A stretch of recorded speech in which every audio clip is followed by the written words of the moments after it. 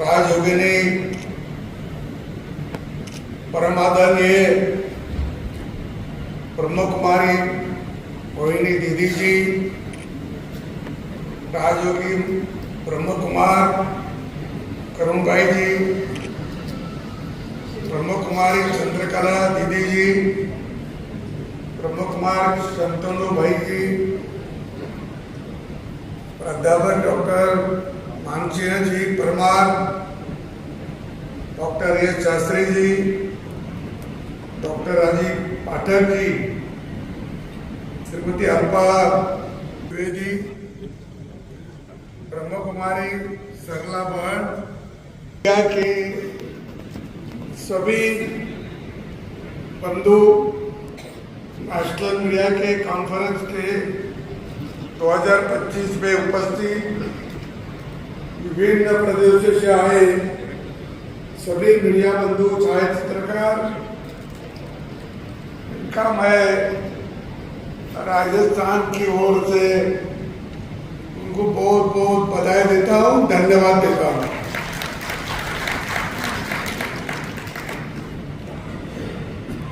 आपको सबको पता है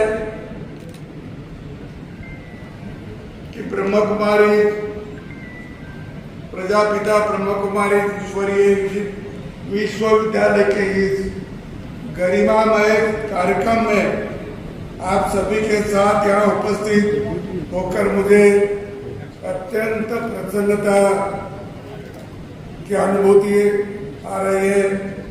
मुझे जानकर बहुत अच्छा लगा कि यहाँ एक जो नेशनल मीडिया कॉन्फ्रेंस आयोजित की गई है, ये समाज में शांति, एकता और विश्वास बनाए रखने में मीडिया का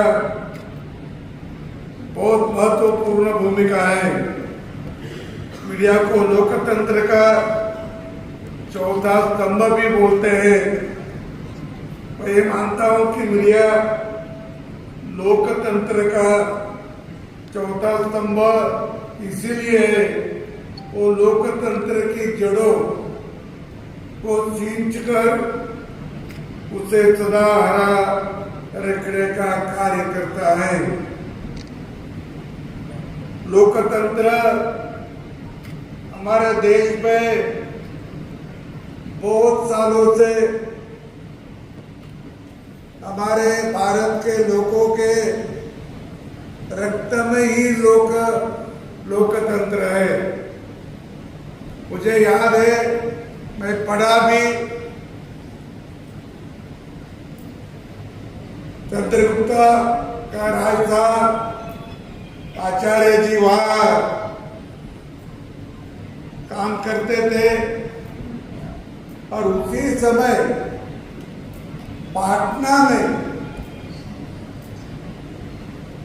वो पहले पाटलिपुत्र था, पाटलिपुत्र में नगर पंचायत थी और वो उसके 30 मेंबर थे, वो भी चुन के आते थे और उनकी 5 कमेटियां भी बढ़ाई थी। विवेक आरोग्य की होगी, स्वच्छता की होगी, समाज के लोगों की होगी, ऐसी कमेटियां भी बढ़ाई थी। ये मैं पढ़ा, पंडित जवाहरलाल नेहरू जी का जो किताब है डिस्कवरी ऑफ इंडिया, उसके हिंदी आवृत्ति में पढ़ा। इसका मतलब पंडित जी ने भी छापा है अपने देश के पंतप्रधान, तो कहीं ना कहीं तो उनको भी कोई ना कोई किताब में इसकी मालूमात उन्होंने पढ़ी होगी। तो इतने सालों से अपने पास लोकतंत्र है। पहले कुछ साल 1200 साल लोकतंत्र नहीं था, लेकिन अभी जो लोकतंत्र है, लोकतंत्र से लोग चुनकर आते हैं और जो चुनकर आते हैं उसका प्रचार प्रसार देखा तो हमें लगता है कि जाति के आधार पर नहीं तो विचार और देश हित के आधार पर चुनाव लड़े और इसी से लोकतंत्र अधिक मजबूत होगा। विचारों और देश के प्रति श्रद्धा से जो काम करेगा उसका सही लोकतंत्र लोग मानते हैं। मीडिया वालों ने तो इस पर ज्यादा फोकस भी करने की जरूरत है। मुझे लगता है कि अभी मैं बात कर रहा था कि हमारे प्रजापिता ब्रह्मा कुमारी ईश्वरीय विश्वविद्यालय की एक आध्यात्मिक विश्वविद्यालय है। राजयोग केंद्र की स्थापना करना, राजयोग शिक्षा और आत्मिक चेतना से ज्ञान का प्रचार प्रसार करना, प्राचीन भारतीय संस्कृति ज्ञान और योग का प्रचार, ज्ञान प्रदत्त करने से चरित्र समाज मानव जीवन को बेहतर बनाने का जोर देने के साथ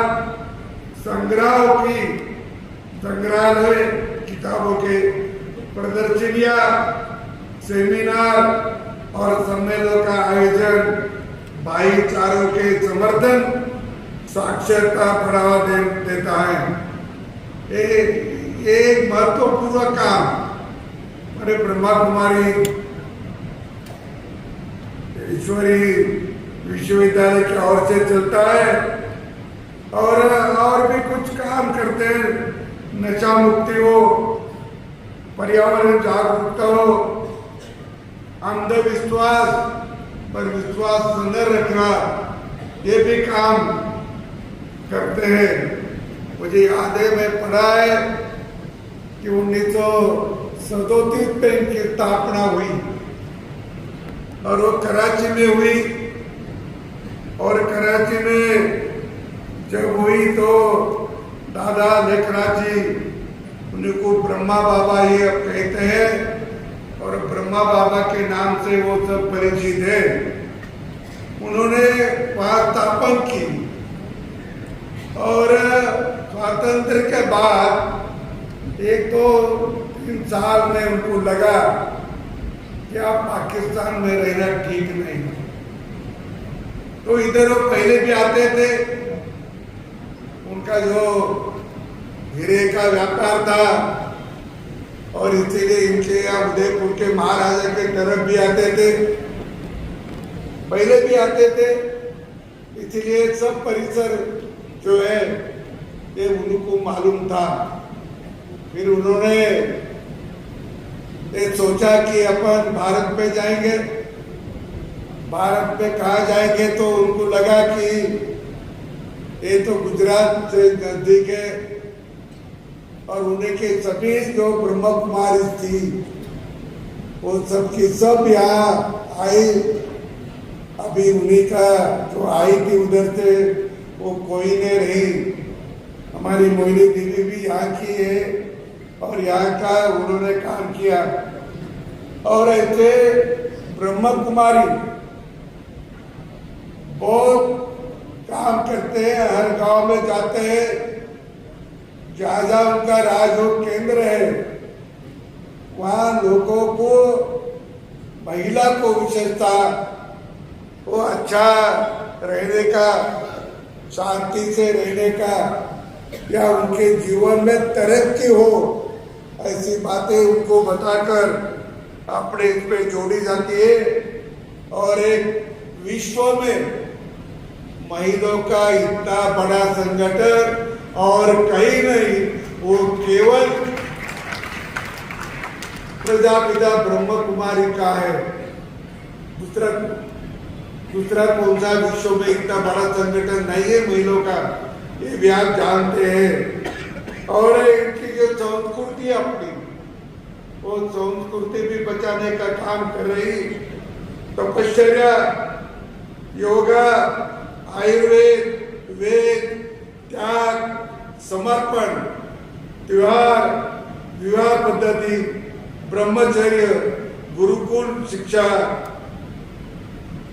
ये माँ बाप की सेवा करना, गुरु के प्रति सदा सेवा तत्पर रहना, आध्यात्मिक ज्ञान, नैतिक, शूरवीर, पवित्रता, पतिव्रता, रामायण महाभारत, तो इनका भी ध्यान रखना, ये भी अपनी संस्कृति है।